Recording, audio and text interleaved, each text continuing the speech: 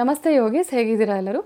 ಬನ್ನಿ ಇವತ್ತಿನ ಸೆಷನ್ನಲ್ಲಿ ಯೋಗಾಭ್ಯಾಸದ ಸರಿಯಾದ ಕ್ರಮನ ತಿಳ್ಕೊಳ್ಳೋಣ, ಸೊ ದಟ್ ನಮ್ಮ ಹೆಲ್ತ್ಗೆ ಮ್ಯಾಕ್ಸಿಮಮ್ ಬೆನಿಫಿಟ್ಸ್ ಆಗಲಿ ಅಂತ ಹೇಳಿ.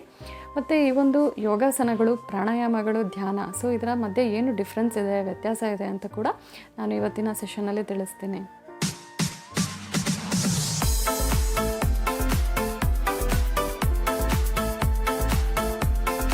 ಮೊದಲನೆಯದಾಗಿ ಯೋಗಾಸನಗಳು. ಈ ಯೋಗಾಸನಗಳಲ್ಲಿ ನಾವು ಸೂಕ್ಷ್ಮ ವ್ಯಾಯಾಮ ಮತ್ತು ಆಸನಗಳ ಅಭ್ಯಾಸ ಮಾಡ್ತೀವಿ. ಈ ಸೂಕ್ಷ್ಮ ವ್ಯಾಯಾಮ ಮತ್ತು ಆಸನಗಳ ಅಭ್ಯಾಸ ಮಾಡೋದ್ರಿಂದ ಏನಾಗುತ್ತೆ, ಫಿಸಿಕಲ್ ಮತ್ತು ಮೆಂಟಲ್ ಹೆಲ್ತ್, ದೈಹಿಕ ಮತ್ತು ಮಾನಸಿಕ ಆರೋಗ್ಯ ಬ್ಯಾಲೆನ್ಸ್ ಆಗೋ ಹಾಗೆ ಮಾಡುತ್ತೆ. ನೆಕ್ಸ್ಟ್ ಬಂದುಬಿಟ್ಟು ಅದು ಪ್ರಾಣಾಯಾಮ. ಫ್ರೆಂಡ್ಸ್, ಈ ಒಂದು ಪ್ರಾಣಾಯಾಮ ಅಭ್ಯಾಸ ಮಾಡೋದ್ರಿಂದ ಏನಾಗುತ್ತೆ, ಮೆಂಟಲ್ ಹೆಲ್ತ್ ಇದೆಯಲ್ಲ, ಸೊ ಮೆಂಟಲ್ ಹೆಲ್ತ್ಗೆ ಇದು ತುಂಬ ಒಳ್ಳೆಯದು ಪ್ರಾಣಾಯಾಮದ ಅಭ್ಯಾಸ. ಥರ್ಡ್ ಪಾಯಿಂಟ್ ಬಂದುಬಿಟ್ಟು ಅದು ಧ್ಯಾನ. ಫ್ರೆಂಡ್ಸ್, ಇವತ್ತು ಧ್ಯಾನ ಅಂದರೆ ಮೆಡಿಟೇಷನ್ ಅಂತ ಹೇಳ್ತಾರೆ.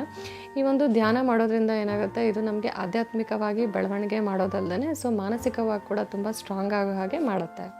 ಸೊ ಯೋಗ ಅಂತ ಅಂದರೆ ಯೋಗಾಸನ, ಪ್ರಾಣಾಯಾಮ, ಧ್ಯಾನ. ಸೊ ಈ ಸೀಕ್ವೆನ್ಸಲ್ಲೇ ನಾವೇನು ಮಾಡ್ತೀವಿ, ಯೋಗಾಭ್ಯಾಸನ ಸ್ಟಾರ್ಟ್ ಮಾಡ್ತೀವಿ. ಯೋಗಾಭ್ಯಾಸ ಕಂಪ್ಲೀಟಾಗಿ ನಮ್ಮ ಒಂದು ವರ್ಕ್ ಮೇಲೆ ಡಿಪೆಂಡ್ ಆಗುತ್ತೆ ಫ್ರೆಂಡ್ಸ್. ಏನಂದರೆ ನಮ್ಮ ಒಂದು ಬ್ಯುಸಿ ಶೆಡ್ಯೂಲಲ್ಲಿ ನಾವು ಅಟ್ಲೀಸ್ಟ್ 15 to 20 ಮಿನಿಟ್ಸ್ ಏನಾಗುತ್ತೆ, ನಾವು ಯೋಗಾಭ್ಯಾಸಕ್ಕೆ ನಾವು ಟೈಮ್ ಕೊಟ್ಟಾಗ ನಮಗೆ ಒಂದು ಫಿಸಿಕಲ್ ಮತ್ತು ಮೆಂಟಲ್ ಇಲ್ನೆಸ್ ಏನಿದೆ ಅಲ್ಲ, ಅದರಿಂದ ನಾವು ದೂರ ಇರ್ಬೋದು. ಫ್ರೆಂಡ್ಸ್, ಈ ಒಂದು ಯೋಗ ಸೆಷನ್ ಏನಿದೆಯಲ್ಲ, ನಾನು 4 ಸೀಕ್ವೆನ್ಸಲ್ಲಿ ಡಿವೈಡ್ ಮಾಡ್ತೀನಿ. ಇದು ನಾನು ಕೂಡ ಈ ರೀತಿಯೇ ಪ್ರಾಕ್ಟೀಸ್ ಮಾಡೋದು. ಇದು ಒಂದು ಸ್ಟ್ಯಾಂಡರ್ಡ್ ಸೀಕ್ವೆನ್ಸ್ ಅಂತಲೇ ಹೇಳ್ಬೋದು. ಮೊದಲನೇದಾಗಿ ಬಂದ್ಬಿಟ್ಟೋದು ಸೂಕ್ಷ್ಮ ವ್ಯಾಯಾಮ ಅಂತೇಳಿ. ಫ್ರೆಂಡ್ಸ್, ಸೂಕ್ಷ್ಮ ವ್ಯಾಯಾಮ ಅಂತ ಅಂದರೆ ಮೈನ್ಯೂಟ್ ಎಕ್ಸಸೈಸ್ ಅಂತ ಹೇಳಿ. ಇದನ್ನು ಜಾಯಿಂಟ್ ಲೂಸ್ನಿಂಗ್ ಎಕ್ಸಸೈಸ್ ಅಂತ ಕೂಡ ಕರೀತಾರೆ, ಮತ್ತು ಇಂಗ್ಲೀಷಲ್ಲಿ ವಾರ್ಮ್ ಅಪ್ ಎಕ್ಸಸೈಸ್ ಅಂತ ಕೂಡ ಕರೀತಾರೆ. ಫ್ರೆಂಡ್ಸ್, ಈ ಒಂದು ಸೂಕ್ಷ್ಮ ವ್ಯಾಯಾಮನ ಮೊದಲನೇದಾಗಿ ನಾವು ಅಭ್ಯಾಸ ಮಾಡೋದ್ರಿಂದ ಏನಾಗುತ್ತೆ, ನಾವು ಫರ್ದರಾಗಿ ಆಸನಗಳ ಅಭ್ಯಾಸ ಏನು ಮಾಡ್ತೀವಲ್ಲ, ಆವಾಗ ನಮಗೆ ಸಡನ್ನಾಗಿ ಜರ್ಕ್ ಆಗೋದು ಅದೆಲ್ಲ ಆಗೋದಿಲ್ಲ. ಮತ್ತು ಒಂದು ಏನು ಪೇನ್ ಬರುತ್ತಲ್ಲ ಆಸನಗಳು ಮಾಡಾದ್ಮೇಲೆ, ಅದು ಕೂಡ ನಾವು ತಡೆಗಟ್ಬೋದು ಈ ಸೂಕ್ಷ್ಮ ವ್ಯಾಯಾಮ ಮಾಡೋದ್ರಿಂದ. ಈ ಸೂಕ್ಷ್ಮ ವ್ಯಾಯಾಮನ ಸ್ಕಿಪ್ ಮಾಡಿಬಿಟ್ಟು ನೀವೇನು ಮಾಡ್ಬೋದು, ಈವನ್ ಸೂರ್ಯ ನಮಸ್ಕಾರ ಕೂಡ ಮಾಡ್ಬೋದು. ಇದೇನಾಗುತ್ತೆ, 12 ಪೋಸ್ಚರ್ಸ್ ಏನಿದೆ ಅಲ್ಲ ಸೂರ್ಯ ನಮಸ್ಕಾರದು, ಇದು ಕೂಡ ಒಂದು ಒಳ್ಳೆ ವಾರ್ಮಪ್ ಎಕ್ಸಸೈಸ್ ಆಗುತ್ತೆ. ಮತ್ತು ಆಸನ ಮಾಡೋದಕ್ಕಿಂತ ಮುಂಚೆ ಸೂರ್ಯ ನಮಸ್ಕಾರದ ಅಭ್ಯಾಸ ಮಾಡೋದ್ರಿಂದ ಏನಾಗುತ್ತೆ, ಆಸನಗಳನ್ನು ನಾವು ಸುಲಭವಾಗಿ ನಾವು ಪ್ರಾಕ್ಟೀಸ್ ಮಾಡ್ಬೋದು. ಎರಡನೇದಾಗಿ ಬಂದುಬಿಟ್ಟು ಅದು ಆಸನಗಳ ಅಭ್ಯಾಸ. ಫ್ರೆಂಡ್ಸ್, ಈ ಆಸನಗಳಲ್ಲಿ 4 ವೆರೈಟಿ ಇದೆ. ಅಂದರೆ ಸ್ಟ್ಯಾಂಡಿಂಗ್ ಆಸನ, ಸಿಟ್ಟಿಂಗ್ ಆಸನಾಸ್, ಪ್ರೋನ್ ಪೊಸಿಷನ್ ಮತ್ತು ಸುಪೈನ್ ಪೊಸಿಷನ್ ಆಸನಾಸ್ ಅಂತೇಳಿ. ಬಿಗಿನರ್ಸ್ ಏನು ಮಾಡ್ಬೋದು, ಮ್ಯಾಕ್ಸಿಮಮ್ 3 ಆಸನಗಳ ಅಭ್ಯಾಸ ಸ್ಟಾರ್ಟಿಂಗಿಗೆ ಮಾಡ್ಬೋದು. ನಂತರ 5 ಮತ್ತು 6 ಈ ರೀತಿ ಇನ್ಕ್ರೀಸ್ ಮಾಡ್ಕೊತಾ ಹೋಗ್ಬೋದು ಡೈಲಿ. ಫ್ರೆಂಡ್ಸ್, ಈ ಆಸನಗಳ ಅಭ್ಯಾಸ ಏನಿದೆ ಅಲ್ಲ, ಸೊ ಸ್ಥಿರಂ ಸುಖಂ ಆಸನಂ ಅಂತ ಹೇಳಿ ಕರೀತಾರೆ ಪತಂಜಲಿಯಲ್ಲಿ. ಸೊ ಏನಂತ ಅಂದರೆ, ನಾವು ಈಸಿಯಾಗಿ ಏನು ಎಫರ್ಟ್ಲೆಸ್ ಆಗಿ ಮಾಡ್ತಕ್ಕಂಥದ್ದೇ ಆಸನ ಅಂತ ಹೇಳಿ ಕರೀತಾರೆ ಪತಂಜಲಿಯವರು.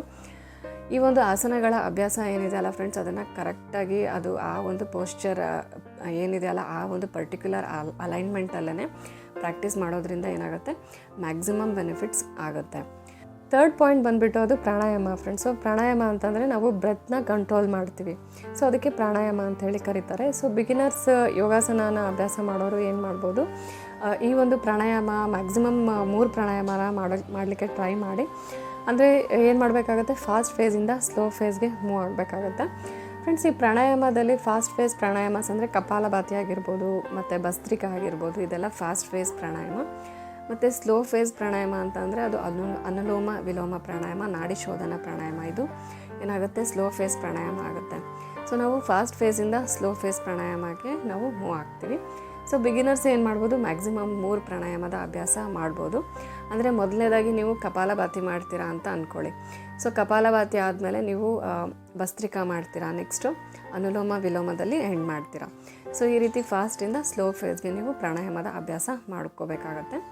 ಫ್ರೆಂಡ್ಸ್, ಪ್ರಾಣಾಯಾಮದ ಅಭ್ಯಾಸ ಮಾಡಾದ್ಮೇಲೆ ನಾವೇನು ಮಾಡ್ತೀವಿ, ಶವಾಸನ ಮಾಡ್ತೀವಿ. ಸೊ ಶವಾಸನ ತುಂಬ ಇಂಪಾರ್ಟೆಂಟ್ ಆಗುತ್ತೆ.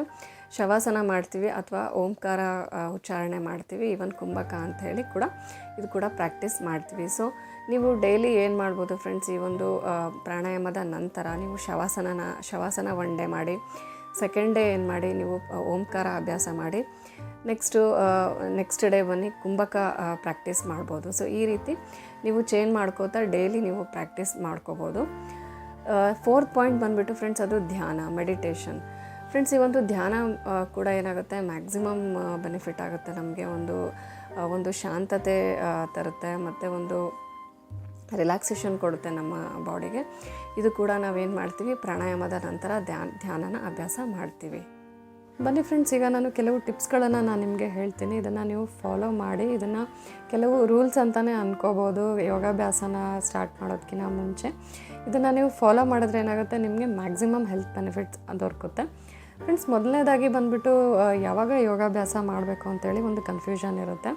ಫ್ರೆಂಡ್ಸ್, ಈ ಯೋಗಾಭ್ಯಾಸ ಏನಿದೆ ಅಲ್ಲ, ಅಕಾರ್ಡಿಂಗ್ ಟು ಪತಂಜಲಿ ಅವರು ಏನು ಹೇಳ್ತಾರೆ, ಸೊ ಬ್ರಾಹ್ಮಿ ಮುಹೂರ್ತದಲ್ಲಿ ಅಭ್ಯಾಸ ಮಾಡಬೇಕು ಅಂತ ಹೇಳಿ ಕರೀತಾರೆ. ಬಟ್ ಇವಾಗಿನ ಒಂದು ಬ್ಯುಸಿ ಶೆಡ್ಯೂಲಲ್ಲಿ ಸೊ ಯಾರು ಕೂಡ ಬ್ರಾಹ್ಮಿ ಮುಹೂರ್ತ ಅಂದರೆ 4 ಗಂಟೆ ಬಿಟ್ವೀನ್ ಯಾರೂ ಎದ್ದೇಳೋದಿಲ್ಲ.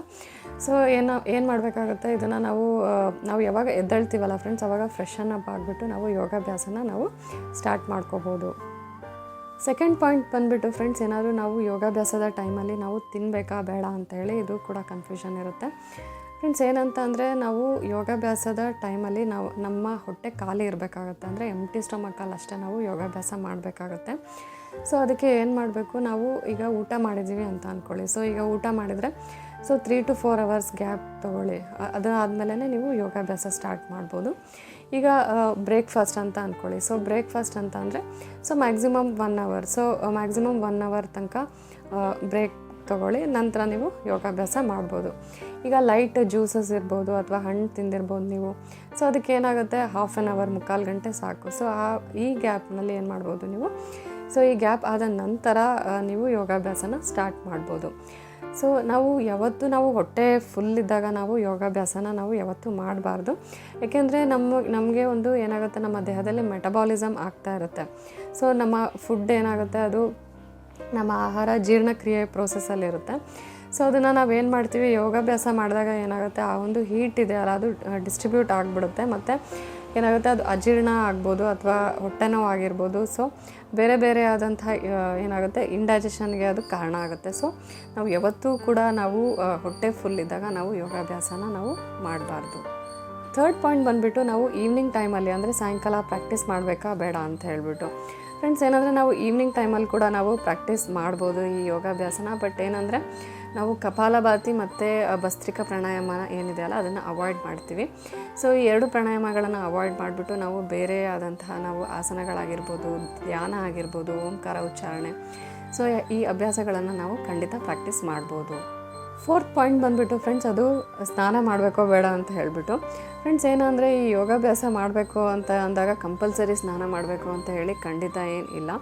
ಬಟ್ ಏನಂತ ಅಂದರೆ ನಾವು ಪ್ರಾಣಾಯಾಮ ಅಥವಾ ಧ್ಯಾನ ಪರ್ಟಿಕ್ಯುಲರ್ ಆಗಿ ಅದನ್ನೇ ಮಾಡ್ತಾಯಿದ್ದೀವಿ ಅಂತ ಅಂದಾಗ ಸೊ ನಾವು ಖಂಡಿತವಾಗಿ ಸ್ನಾನ ಮಾಡಿಬಿಟ್ಟೆ ಮಾಡೋದು ತುಂಬ ಒಳ್ಳೆಯದು.